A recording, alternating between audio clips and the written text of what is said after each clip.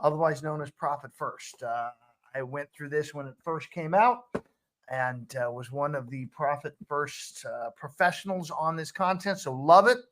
Love it as a way to almost gamify and leverage the way we're naturally wired to build systems that support us towards our goal. Yet they're so antithetical to so many things we've been taught over and over and over again historically. And so I know there's been some interesting pushback, some interesting conversations.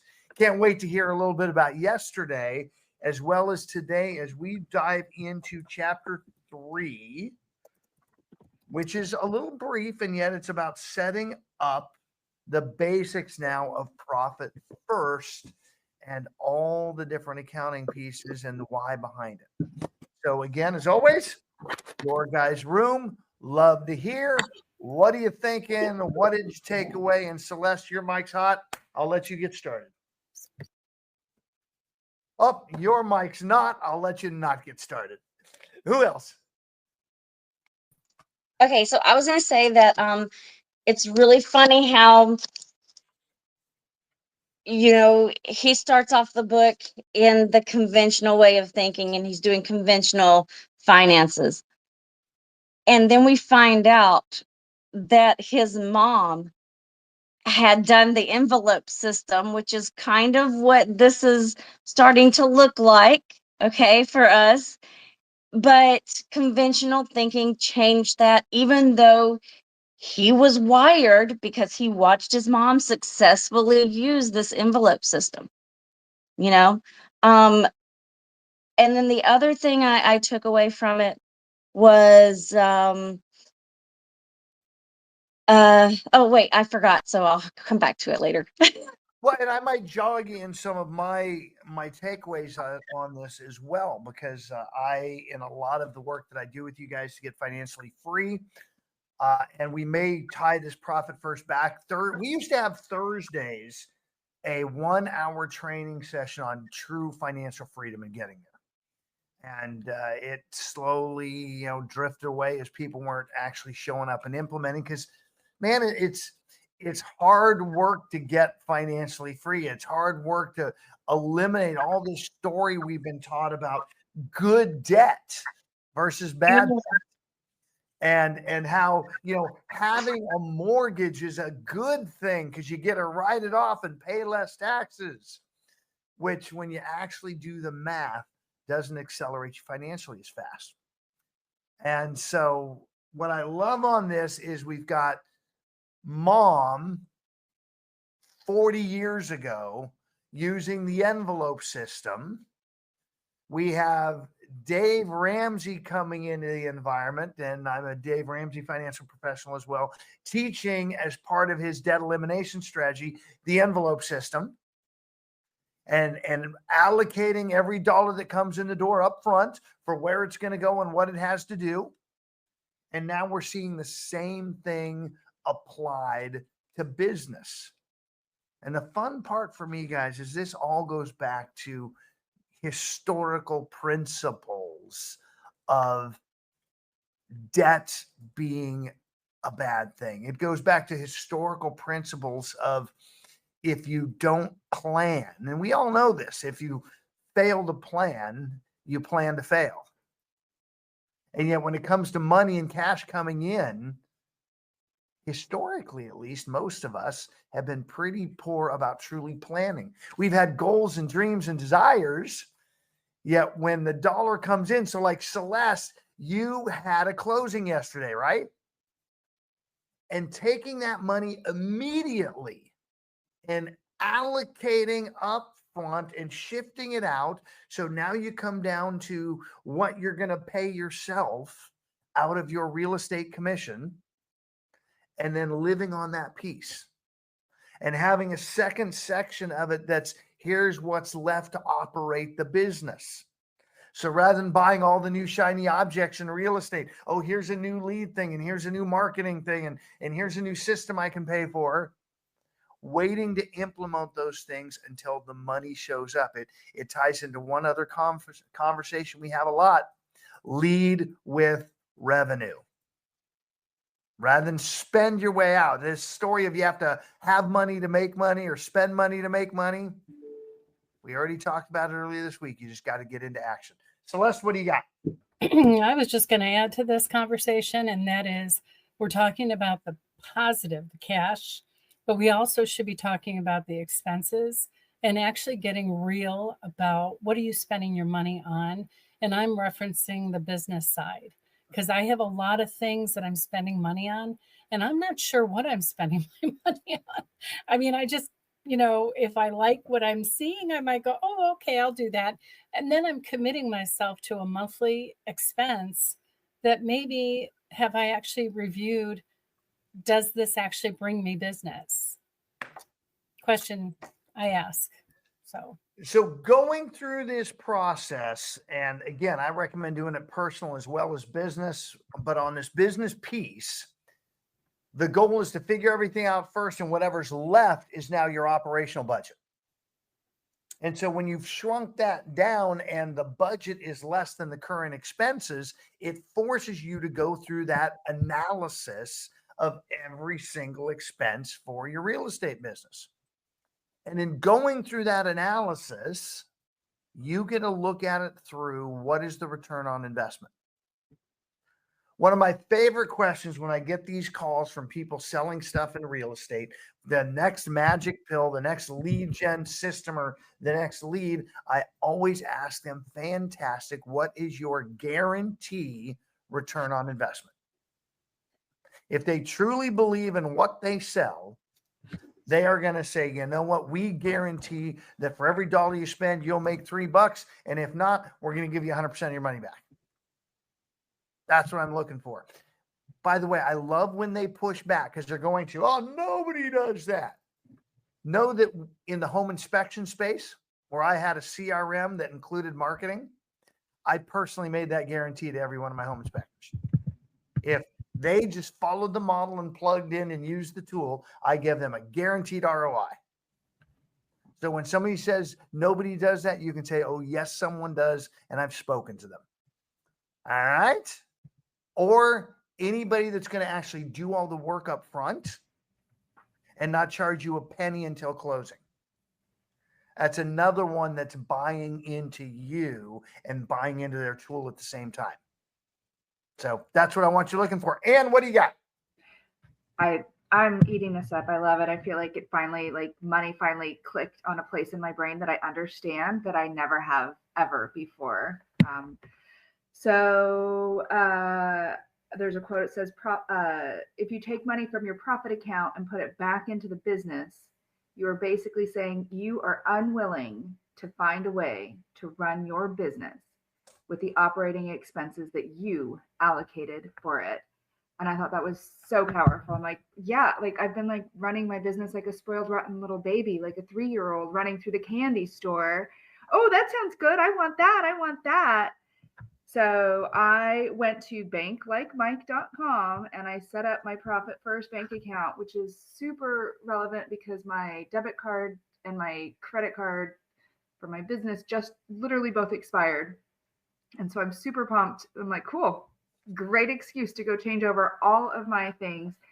And because you can set up virtual cards, I literally set up a virtual card for subscriptions so that I have one subscription, one place to go look and see where all those darn pesky, sneaky little subscriptions are hiding. Because God, they're pesky. And here's the fun part. If you decide that you wish to cancel a subscription, how easy is it? So you just terminate the virtual card. I haven't made individual virtual cards for every subscription. That may be a thing. I hadn't realized that was a thing. Is that a thing? That absolutely is a thing with the virtual card systems. I have a virtual card system, and absolutely that gives you that power because I don't know about you guys, but I've discovered that sometimes subscriptions are difficult to make go away. Yeah. They don't let you out of them. They got all these, well, you cancel the card, it's no longer a problem to make it go away, is it? So keep that peace in mind as you set this up. Yes, it's going to require you make sure you're building some tracking to know where everything is. Yes, it's going to make that piece a hair more complex, but that little extra effort is going to save you a ton. Celeste, I saw you had your mic back Can I say hot. one more thing? Can I just say Of Yeah. course, Ann, you're going to go, and then I'm going to go Celeste. Let's move super quick. This to me is the reason why I read the last book, right? Which was definitely more challenging for me. One more question. This whole book is, what is your one question that has been wrong about finance from the day you first learned about finance? Like one more question. Yeah. Being willing to ask that question. What do I know that might be wrong? And by the way, Ann, that is what creates an open-mindedness, isn't it? All right. You're on my radar, Ann, if you can't tell. Celeste, what do you have? You know, it's funny that Anne brought that particular part of the book up because I'm listening to the book. When I get ready in the morning, I'm listening. And that specific spot made me go, really? Like, I realized I put money aside. I have money set for my taxes, and I have a profit account I haven't fed in the longest time. And I'm realizing I'll sneak money back from my tax account because I need that money to pay the bills. And I'm like, damn, I know I shouldn't be doing that, but it's there. It's like, okay, I know the money is sitting there to pay my taxes, but then I'll reach out to my accountant and say, so that 7,000 I'm no longer going to be giving you. I'm only going to be giving you 5,500. And I hate that. I hate that part of my not being committed to having that money available to him. So I think this conversation is going to be, for me, kind of a reset. I got to reset my thinking. That's what I was getting from this. So I find it so funny that you brought that up, Anne. Well, not only do I want you to reset your thinking, Celeste, I want you to reset your grace. Let's just have some fun here. Show of hands. How many of you are committed to getting healthier and committed to eating better? And then it's late in the afternoon or evening, and somebody brings a piece of incredibly rich, wonderful chocolate cake into your environment. Does the commitment shift in that market or in that moment, right? So this model is intended to play with those natural tendencies and make things happen to where it gamifies your natural state so that cake never shows up, or when it does, there's no plate, there's no fork. There's all kinds of ways that we could play with that analogy. So Julianne, I see you. Justin, you're next. Yeah, I really like how I like his tone when he's writing, because I can really relate to it.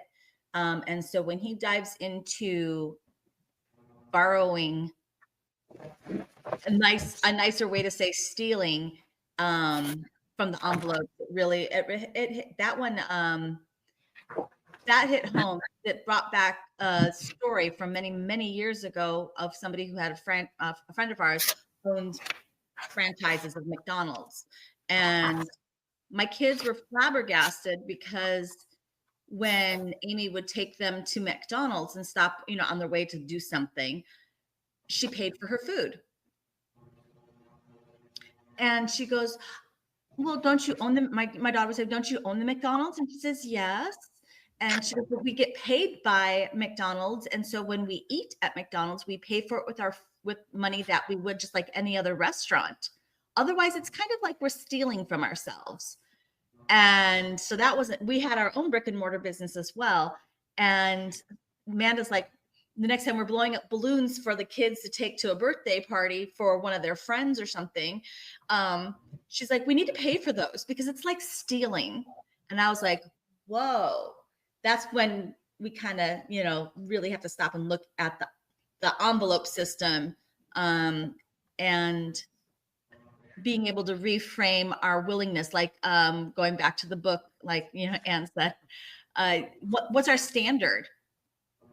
You know, if I frame that as stealing, I'm a lot less likely than doing it than going, what's the difference? Because what the difference is not the right mindset when it comes to money and business. Absolutely. And combined with that is removing that temptation, having it to where it's not around to steal. Justin. So from the material, I like on page 52, it's like the second paragraph, with profit first, we're not going to change your behavior. We're going to put guardrails around it. We're not only going to allow you to do what you've always done, we're also going to encourage it. I really like that about this system. And I don't think that I witnessed the whole envelope system or any of that kind of like intra-household accounting. So that I never saw. I have had different businesses over the years, and I have a guy I did a lot of work with and taught me a lot of what I knew in the painting space. And Scott had a formula that he would take and allocate. It was typically 40% of whatever job sold for was allocated to labor. And in that painting space, it's very interesting that like there's tons of pushback from that. I had a conversation with a young friend of mine who's in business for himself, and he asked me a couple weeks ago to help him quote a painting job. And we came up with a number that we both liked that I think it would have been hard pressed to do at that 40%. And I figured for sure he wouldn't get any of it. He got the exterior, didn't get the interior, somebody else did. And he's like, how do these people make any money? And I said, that's just the point. They're not. They think they are, but they're not. And I don't think that real estate is entirely unique from my experience in the painting business. We've got a lot of people that are on a track to really put themselves out of business. I mean, if you listen to even in the construction space, like people that do HVAC or they're a roofing contractor, and they talk about needing to, for labor, billing out 3 times what they're paying their people, and that being key in order to have a successful business. So I tell you all that to ask you this favor: when we do the next business building session and we take that number, that typical 100,000 or whatever that is, or what our actual numbers are, can we look at it through that lens of like, we're going to pay ourselves X because this is the model for the healthy business, and that's going to, allocate these different amounts to these different things. I attempted something like this years ago when I had a couple of rental properties at the same time. I opened a checking account for each one, and basically I lacked some discipline, and the wheels fell off it at whatever point. But it is so similar to this, and this is so simple. So, Really by the way, Justin, what are you implementing over the next 15 months? Discipline. I have it here somewhere. I am disciplined.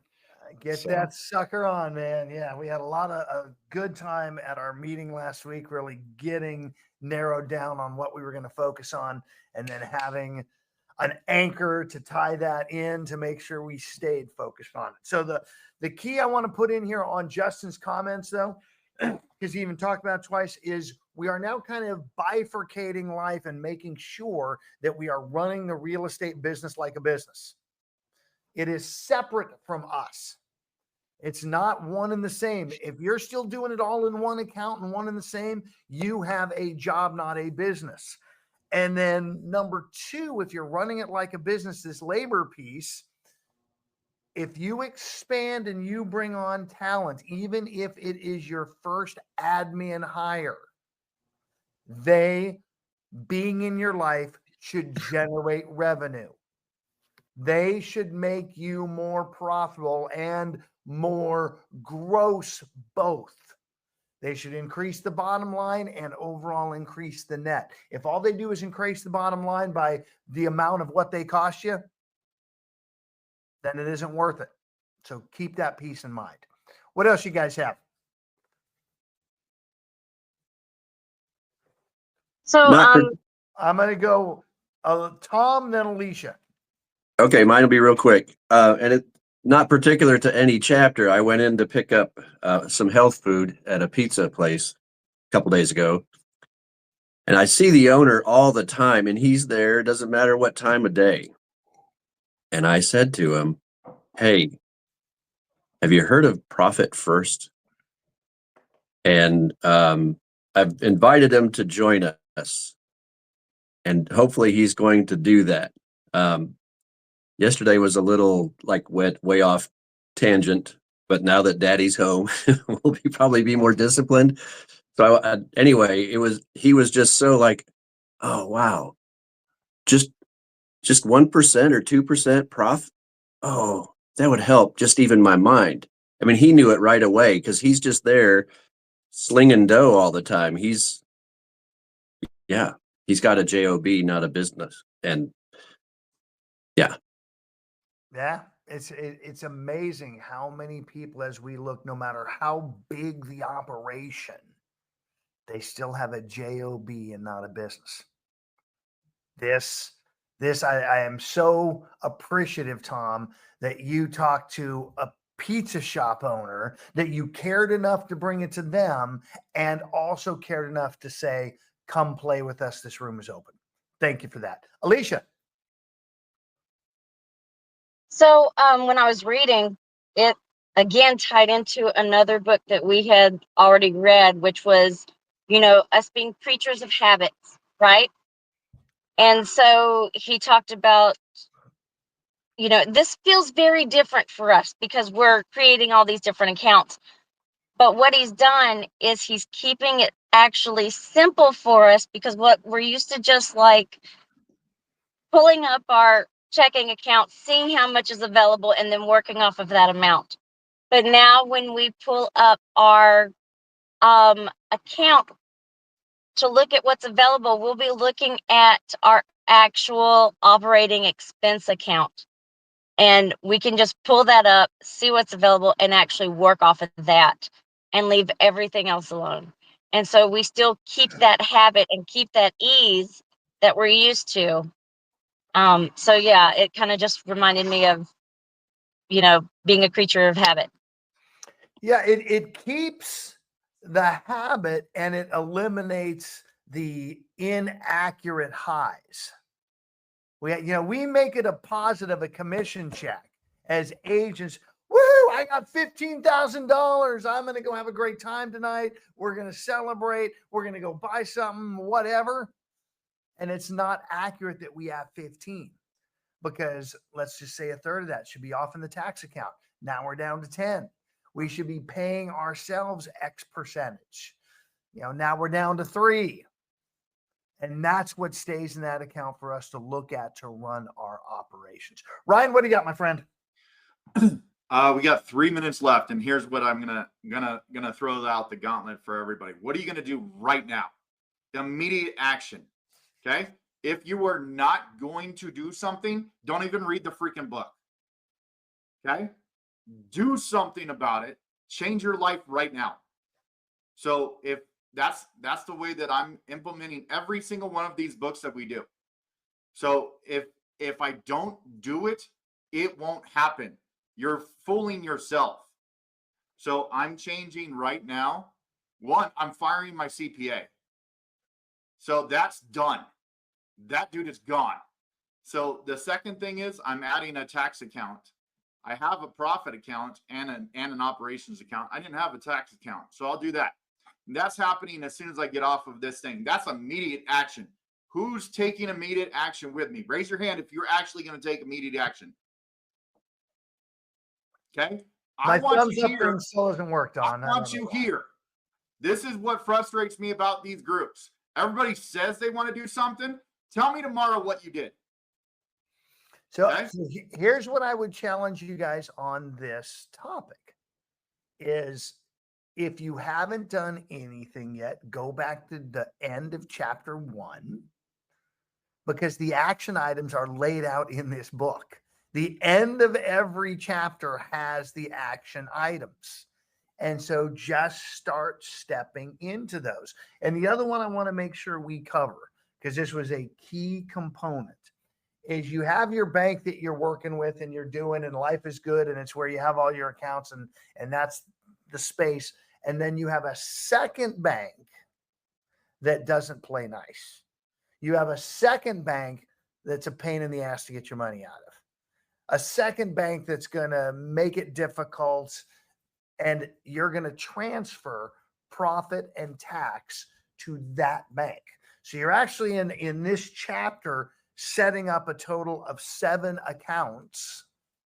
It's just like envelopes, 7 envelopes, just 7 accounts, though 2 of those envelopes are being held by mom with the instructions that if I ever come to touch those, you ask me why. And if I don't give you a great reason, like I'm sending it to the tax guy, you're going to smack me upside the head. Okay? So just be following along, taking the steps to start building this financial structure now that you are increasing the revenue. And by all means, if you're not increasing the revenue, then plug into the revenue creating activities we have. You guys all know afternoons dedicated. If all of you just did 3 hours a day of bonus lead generation by being in those rooms, you would have massive 2025s. It was very lonely yesterday afternoon. Tom by himself doing the work, Cameron. You know he's going to. There were 2 others. I was going to say he wasn't alone. Yeah, he wasn't alone. I was there. I said there were 2 others. Yeah, but it was plenty of room for others. I mean, Don Hop. Oh, there he is, right there. Wasn't even there. Yeah, I know. Well, here's what I want to do, because it's right at the half hour. I am going